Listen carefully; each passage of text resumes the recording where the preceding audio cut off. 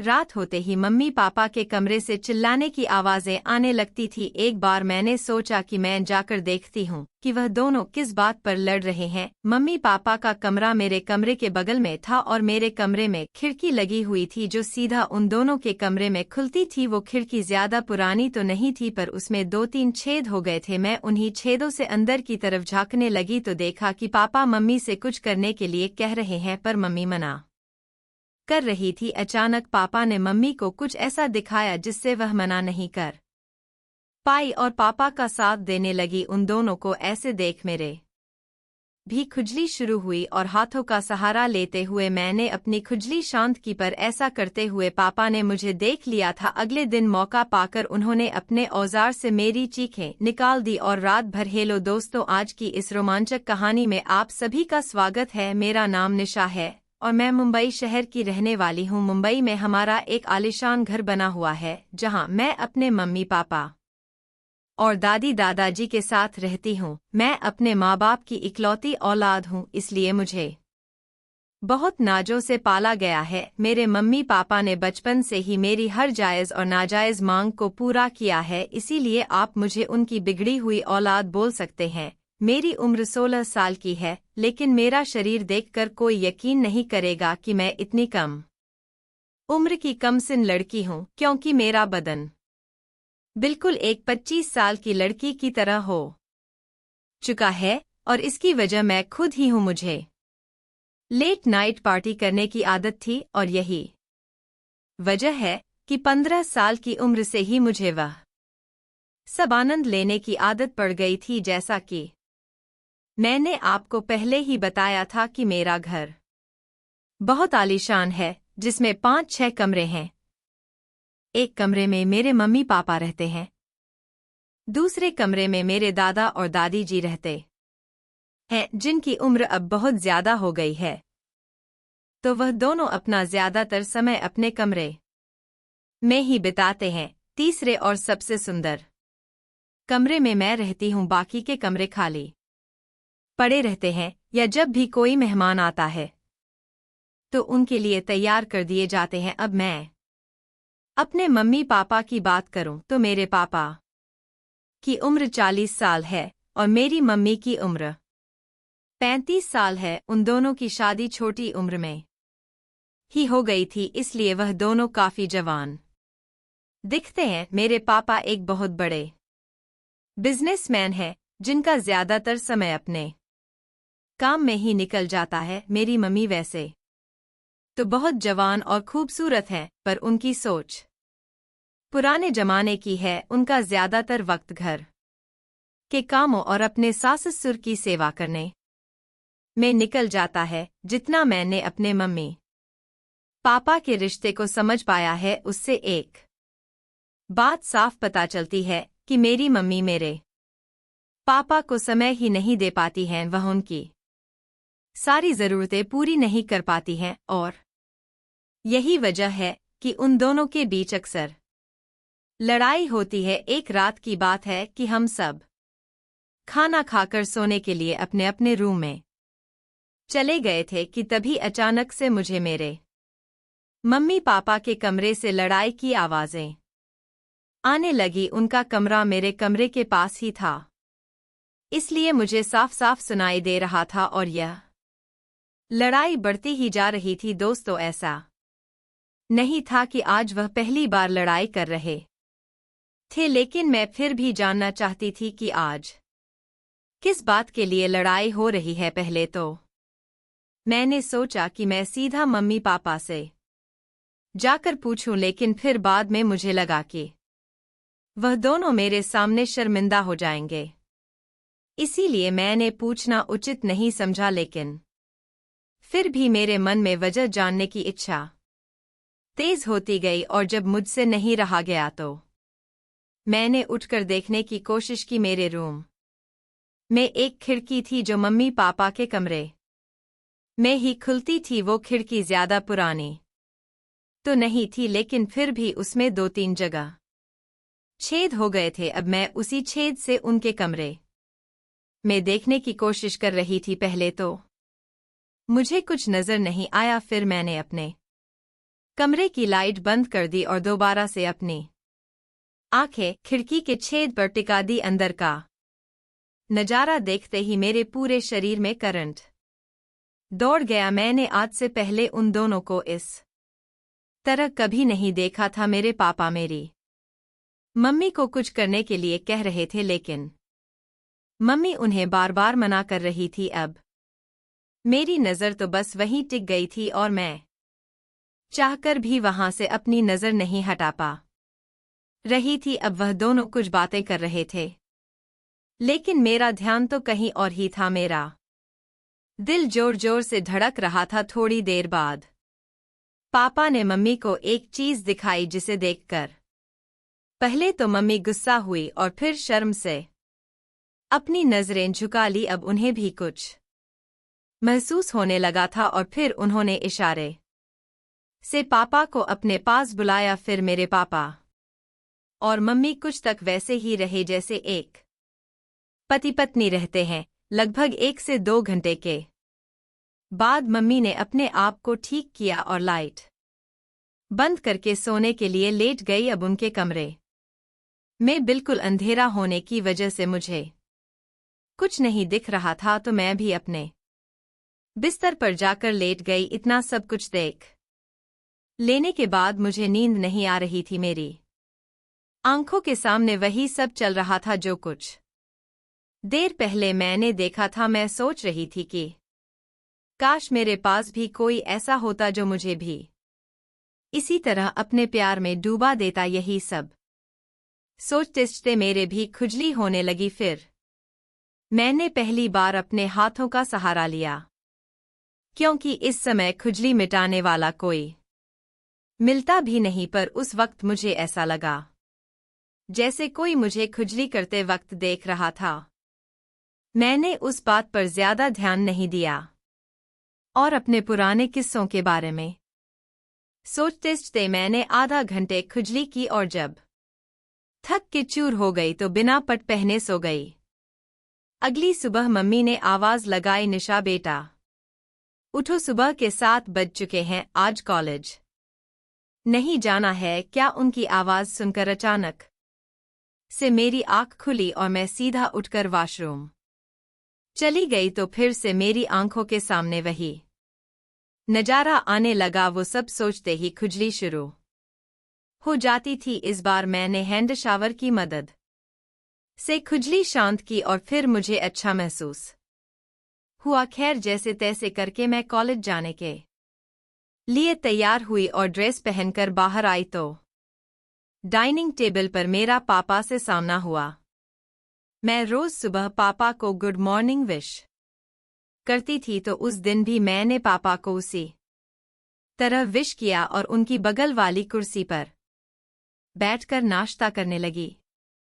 थोड़ी देर में मेरे कॉलेज की बस आने वाली थी, इसलिए मैंने जल्दी से नाश्ता किया और बाहर आकर खड़ी हो गई। पर आज मेरा पापा को छोड़कर जाने का मन नहीं कर रहा था। कुछ सोच कि मैं घर के अंदर आई और बहाना बनाया कि मेरे कॉलेज की बस निकल चुकी है। जब भी मेरी बस छूट जाती थी तो पापा ही मुझे स्कूल छोड़ने जाया करते थे। मेरी बात सुनकर मम्मी बोली, निशा अपने पापा से कह दो वो तुम्हें स्कूल छोड़ आएंगे। मैं खुशी खुशी पापा के कमरे में गई फिर और उनसे सारी बात बताई तो वह मुझे कॉलेज छोड़ने के लिए राजी हो गए। मैंने कहा, पापा जल्दी तैयार हो जाओ, मैं लेट हो रही हूं। तो पापा बोले, तुम स्कूटी निकालो, तब तक मैं शर्ट पहन के आता हूं। मैंने जल्दी से स्कूटी निकाली और बाहर खड़ी होकर पापा का इंतजार करने लगी। पापा अक्सर मुझे कार से कॉलेज छोड़ने जाते थे, लेकिन उस दिन मेरे कहने पर वो मुझे स्कूटी से लेकर जा रहे थे। दोस्तों, यहां तक तो मेरा प्लान सफल रहा था, लेकिन आगे के प्लान में थोड़ा खतरा था। पर मुझे यकीन था कि किसी तरह वह भी सफल हो जाएगा। मैं उनके पीछे बैठ गई और फिर हम कॉलेज की तरफ चल दिए। मेरा कॉलेज घर से लगभग 10 किलोमीटर दूर था। घर से कॉलेज के बीच का रास्ता लंबा था और सुबह का वक्त था तो रोड पूरी तरह सुनसान थी। जब हम घर से 5 किलोमीटर दूर निकल आए तो मैंने पापा से कहा, पापा अब स्कूटी मैं चलाऊंगी, रोड भी सुनसान है तो एक्सीडेंट का खतरा भी नहीं है। तो पापा ने परेशान होकर कहा, हाँ ठीक है, लेकिन हैंडल मैं ही पकड़ूंगा। अब मुझे मेरा प्लान कामयाब होता दिख रहा था। मैंने उनकी बात पर सहमति जता दी। पापा ने गाड़ी साइड में रोककर मुझे अपने आगे बैठाया और मेरी बगल में से अपने दोनों हाथ डालकर हैंडल पकड़ा और धीरे धीरे स्कूटी चलाने लगे। लेकिन अब मेरा ध्यान स्कूटी चलाने पर नहीं था, क्योंकि मेरा इरादा तो कुछ और ही था। इसी तरह मस्ती करते करते मैं कॉलेज पहुंच गई और कॉलेज में पहुंचते ही मैंने फिर से पापा को विश किया। मेरी इन सब हरकतों को देखकर पापा अब थोड़ा सा परेशान हो गए थे, क्योंकि इससे पहले मैंने आज तक ऐसी कोई हरकत नहीं की थी। मुझे कॉलेज छोड़कर पापा वापस घर की तरफ चले गए। कॉलेज में आने के बाद भी मेरे दिमाग में वही सब घूम रहा था। अब मेरा दिल कर रहा था कि मैं पापा के साथ गाड़ी पर ही बैठी रहूं। अब पता नहीं मुझे क्या हो गया था, ऐसा कौन सा तूफान मेरे अंदर उठ रहा था कि मैं अपने पापा के ही साथ ऐसा सब कुछ करने के लिए सोचने लगी थी। खैर अब आगे बढ़ते हैं। फिर मैं अपने मन की इच्छा और मेरे मन में चल रहे तूफान को लेकर घर पहुंची। उस वक्त लगभग 2 बज रहे थे और घर में दादा दादी के अलावा कोई नहीं था। मम्मी कहीं गई हुई थी और पापा अपने ऑफिस में थे। कॉलेज से आने के बाद मैं वॉशरूम चली गई और फ्रेश होकर बाहर निकली। मैं बहुत थक चुकी थी, इसलिए चुपचाप बेड पर लेट गई और कब मेरी आंख लग गई मुझे पता ही नहीं चला। जब मेरी आंख खुली तो शाम के 5 बजे रहे थे। फिर मैंने नहा धोकर कपड़े पहने और मैंने कपड़े भी उस दिन कुछ अलग दिखने वाले पहने थे। अब पापा के आने का टाइम हो गया था, लेकिन मम्मी का कोई पता नहीं था कि वह कब आएंगी। शाम के 7 बजे किसी ने डोरबेल बजाई तो मैं भाग के गई और दरवाज़ा खोला। मुझे पता था यह पापा के आने का समय है। दरवाज़ा खोलते ही पापा मेरी तरफ देख मुस्कुराए और बोले, बेटा आज तो बहुत स्मार्ट लग रही हो। यह सुनकर मुझे बहुत खुशी हुई, क्योंकि अब मेरा प्लान अपनी कामयाबी के रास्ते पर जा रहा था। घर के अंदर आने के बाद पापा फ्रेश होने के लिए अपने कमरे में चले गए। ऑफिस से आने के बाद पापा तुरंत ही चाय पीते हैं, इसलिए मैं चाय बनाने के लिए किचन में चली गई। थोड़ी देर बाद पापा भी फ्रेश होकर किचन में आ गए और वहीं खड़े होकर इधर उधर की बात करने लगे। मैं पीछे मुड़कर पापा की तरफ देखा तो उनकी नज़र कहीं और ही थी। अब मुझे ऐसा लग रहा था कि मेरे मन की इच्छा पूरी हो जाएगी और बस मैं ऐसे ही खड़ी रही। चाय बन चुकी थी, इसलिए मैंने पापा को चाय दी और बाथरूम में जाकर खुद को शांत करने लगी। मैं जैसे ही बाथरूम से बाहर निकली मैंने देखा कि मम्मी आ चुकी हैं। उनको इस वक्त घर में देखकर मुझे बहुत गुस्सा आया, क्योंकि मेरी इच्छा पूरी ही होने वाली थी। पर अब उनके आने के बाद ऐसा कुछ नहीं हो पाएगा। मुझे पापा से अपने मन की इच्छा जाहिर करनी थी, जो मैं मम्मी के सामने बिल्कुल नहीं कर पाऊंगी। पापा भी मम्मी के आने के बाद थोड़ा दुखी हो गए थे, क्योंकि ना तो वही कुछ करती थी और ना ही उन्हें कुछ करने देती थी। मम्मी ने खाना बनाया और हम सब ने साथ बैठकर खाना खाया।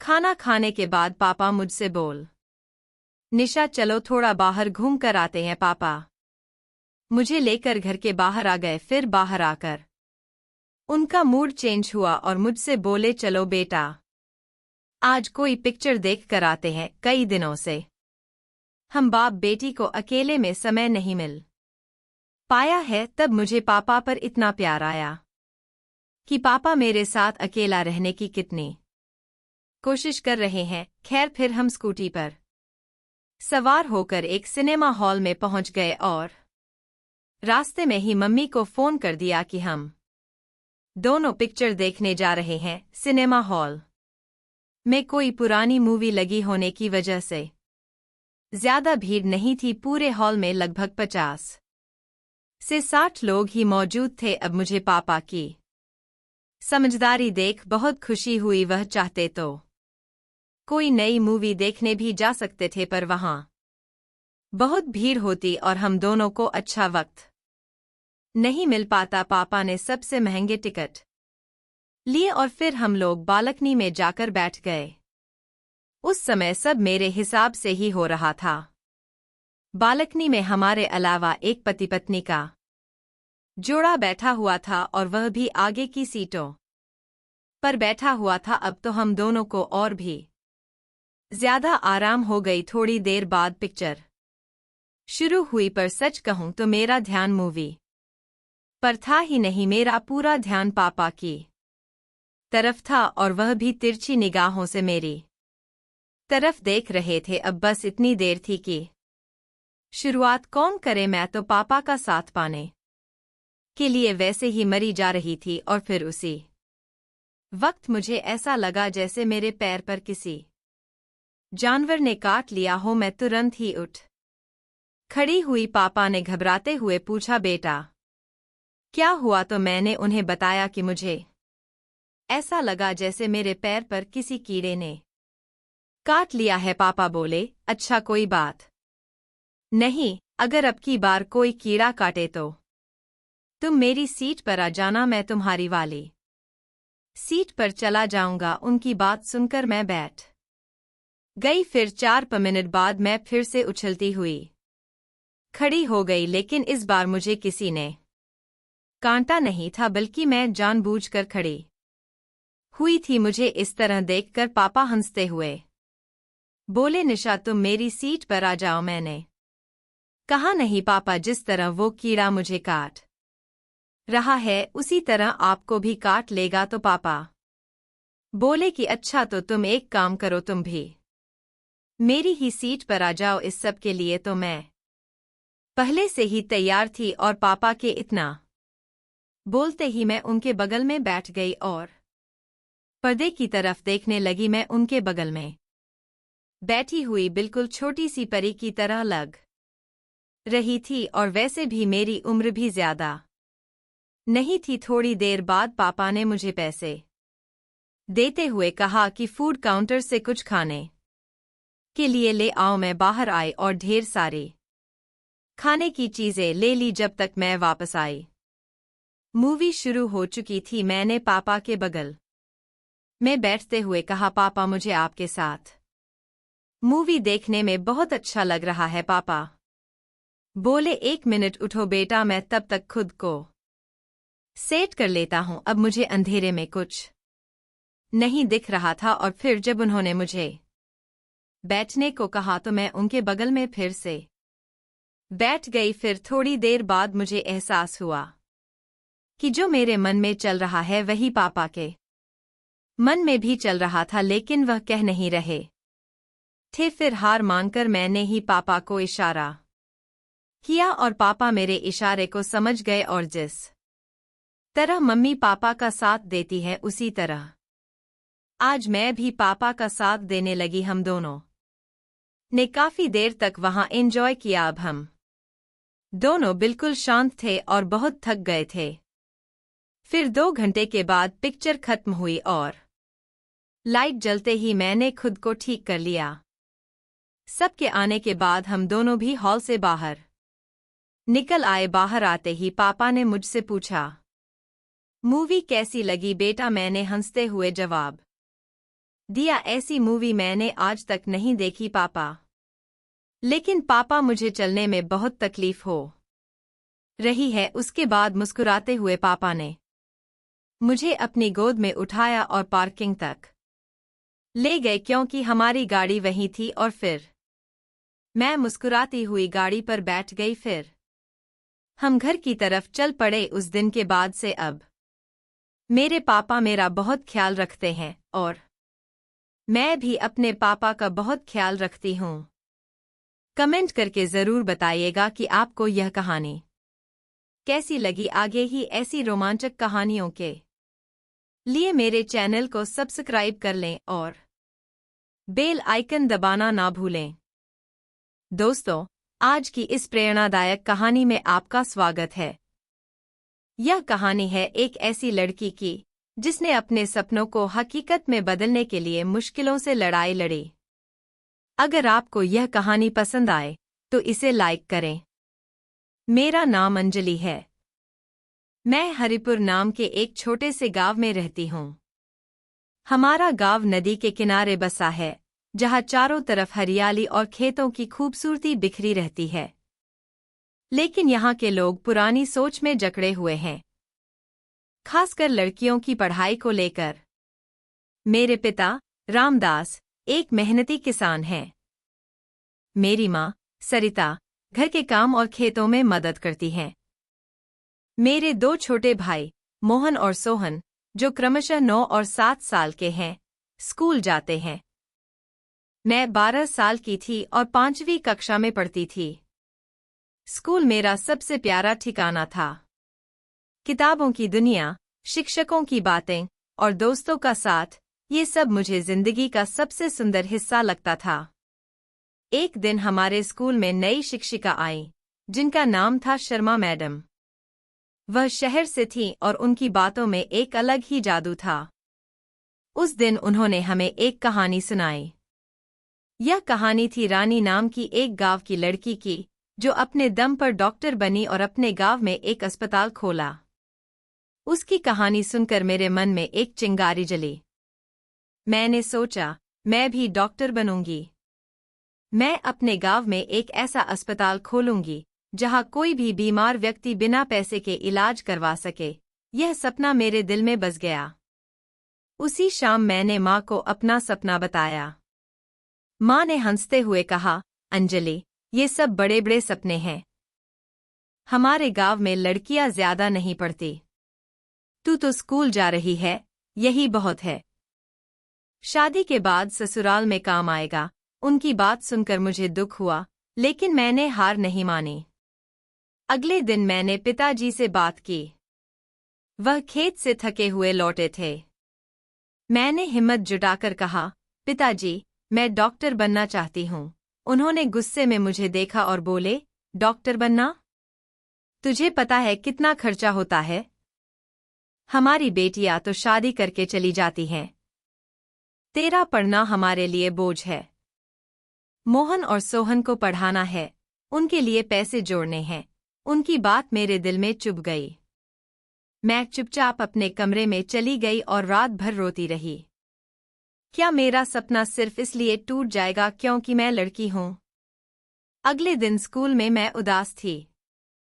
शर्मा मैडम ने मेरी उदासी भांप ली। दोपहर के समय, जब बाकी बच्चे खेल रहे थे, उन्होंने मुझे बुलाया और पूछा, अंजलि, क्या बात है? मैंने उन्हें सारी बात बताई। मेरी आंखों में आंसू थे, लेकिन मैडम ने मेरे कंधे पर हाथ रखा और कहा, अंजलि, सपने आसान नहीं होते। लोग तुझे रोकेंगे, लेकिन अगर तू मेहनत और विश्वास के साथ आगे बढ़ेगी, तो कोई भी तुझे नहीं रोक सकता। मैं तेरी मदद करूंगी। उन्होंने मुझे एक किताब दी, जिसमें उन गांव की लड़कियों की कहानियां थीं, जिन्होंने मुश्किलों को पार करके अपने सपने पूरे किए। उस किताब को मैंने रात रात भर पढ़ा। हर कहानी मेरे अंदर नई हिम्मत भरती थी। मैंने स्कूल में और ज्यादा मेहनत शुरू कर दी। हर टेस्ट में मैं पहला स्थान लाने लगी। मैडम ने गांव के सरपंच से मेरे बारे में बात की और मेरे लिए एक स्कॉलरशिप दिलवाई, जिससे मेरी स्कूल की फीस माफ हो गई। लेकिन घर में मुश्किलें कम नहीं हुईं। एक दिन पिताजी ने कहा, अंजलि, अब तुझे स्कूल छोड़ना होगा। हम इतने सारे बच्चों को नहीं पढ़ा सकते। मैंने माँ से विनती की, माँ, मैं घर के सारे काम करूंगी, बस मुझे पढ़ने दो। मेरी आंखों में दृढ़ता देखकर माँ का दिल पिघल गया। उन्होंने पिताजी से बात की। लंबी बहस के बाद पिताजी ने शर्त रखी कि मैं सुबह शाम घर के काम करूं, तभी स्कूल जा सकूं। मैंने तुरंत हाँ कर दी। दूसरा हिस्सा। अब मेरी जिंदगी एक रेस बन गई थी। मैं सुबह 4 बजे उठती, घर की साफ सफाई करती, खाना बनाने में माँ की मदद करती, फिर स्कूल के लिए तैयार होती। स्कूल से लौटकर फिर खेतों में काम, घर की जिम्मेदारियां और रात को देर तक पढ़ाई। कई बार थकान से मेरी आंखें बंद होने लगतीं, लेकिन मैं अपने सपने को याद करती और फिर से किताब खोल लेती। शर्मा मैडम मेरी सबसे बड़ी ताकत थीं। वह मुझे पुरानी किताबें देती, ट्यूशन पढ़ाती और हर कदम पर हौसला बढ़ाती। एक दिन मैडम ने बताया कि जिले में एक बड़ी प्रतियोगिता होने वाली है, जिसमें सभी स्कूलों के बच्चे हिस्सा लेंगे। यह एक विज्ञान और गणित की प्रतियोगिता थी। मैडम ने कहा, अंजलि, तू इसमें हिस्सा ले। अगर तू जीत गई तो तेरे लिए स्कॉलरशिप का रास्ता और आसान हो जाएगा। मैंने दिन रात मेहनत की। मैडम ने मुझे पुराने प्रश्न पत्र दिए और मैंने हर सवाल को बार बार हल किया। प्रतियोगिता का दिन आया। मैं बहुत घबराई हुई थी। सैकड़ों बच्चों के बीच मैं अकेली थी, जिसके माता पिता वहां नहीं आए थे। लेकिन मैडम मेरे साथ थीं। उन्होंने कहा, अंजलि, तू सिर्फ अपने सपने पर ध्यान दे। मैंने पूरी ताकत से पेपर दिया। जब नतीजे आए तो मेरा नाम पहले स्थान पर था। मुझे एक ट्रॉफी और 5,000 रुपए का पुरस्कार मिला। जब मैं ट्रॉफी लेकर घर पहुंची तो पिताजी ने पहली बार मुझे गर्व से देखा। उन्होंने कहा, अंजलि, तूने हमारा नाम रोशन किया। माँ ने मुझे गले लगाया और कहा, बेटी, तू जो चाहे वो कर सकती है। मैंने उस पैसे से अपनी किताबें खरीदीं और बाकी माँ को दे दिया। गांव में मेरी चर्चा होने लगी। लोग कहते, रामदास की बेटी कमाल है। धीरे धीरे पिताजी की सोच बदलने लगी। उन्होंने मोहन और सोहन से कहा, अंजलि की तरह मेहनत करो। कई साल बाद मैंने 10वीं की परीक्षा में जिले में पहला स्थान प्राप्त किया। मेरे स्कूल ने मेरी फीस माफ कर दी और मुझे मेडिकल की पढ़ाई के लिए एक बड़ी स्कॉलरशिप मिली। लेकिन मेरा असली इम्तिहान तब आया जब मुझे शहर के मेडिकल कॉलेज में दाखिला लेना था। गांव के कुछ लोग ताने मारने लगे, लड़की को इतना पढ़ाने से क्या फायदा? शादी के बाद सब भूल जाएगी। लेकिन पिताजी ने उनका मुंह बंद कर दिया। उन्होंने कहा, मेरी बेटी जो चाहे वो कर सकती है। शहर में पढ़ाई आसान नहीं थी। गांव की सादगी और शहर की चमक में बहुत अंतर था। कई बार मुझे लगा कि मैं शायद यह नहीं कर पाऊंगी। लेकिन हर बार मैडम का चेहरा और उनका विश्वास मेरे सामने आता। मैंने हार नहीं मानी। मैं दिन रात पढ़ाई करती। कॉलेज में मेरे प्रोफेसर मेरी मेहनत से प्रभावित थे। तीसरे साल में मुझे एक रिसर्च प्रोजेक्ट में शामिल होने का मौका मिला, जिसके लिए मुझे एक छोटा सा स्टाइपेंड भी मिला। मैंने वह पैसा गांव भेजा ताकि मोहन और सोहन की पढ़ाई में मदद हो। आज मैं मेडिकल कॉलेज के अंतिम साल में हूं। मेरा सपना अब बस कुछ कदम दूर है। मैं अपने गांव में एक छोटा सा अस्पताल खोलना चाहती हूं, जहां गरीबों का मुफ्त इलाज हो। मैं चाहती हूं कि मेरे गांव की हर लड़की को अपने सपने देखने और उन्हें पूरा करने का मौका मिले। जिंदगी का सबक, इस यात्रा ने मुझे सिखाया कि सपने तभी पूरे होते हैं जब आप हार नहीं मानते। मुश्किलें, ताने और पैसों की कमी आपको रोक सकती हैं, लेकिन अगर आपके मन में विश्वास और मेहनत का जज्बा है तो कोई भी लक्ष्य असंभव नहीं। दूसरों की सोच बदलने के लिए पहले आपको खुद को साबित करना होगा। मेरी कहानी हर उस लड़की के लिए है जो अपने सपनों को सच करना चाहती है। बस एक कदम उठाओ, बाकी रास्ता खुद बन।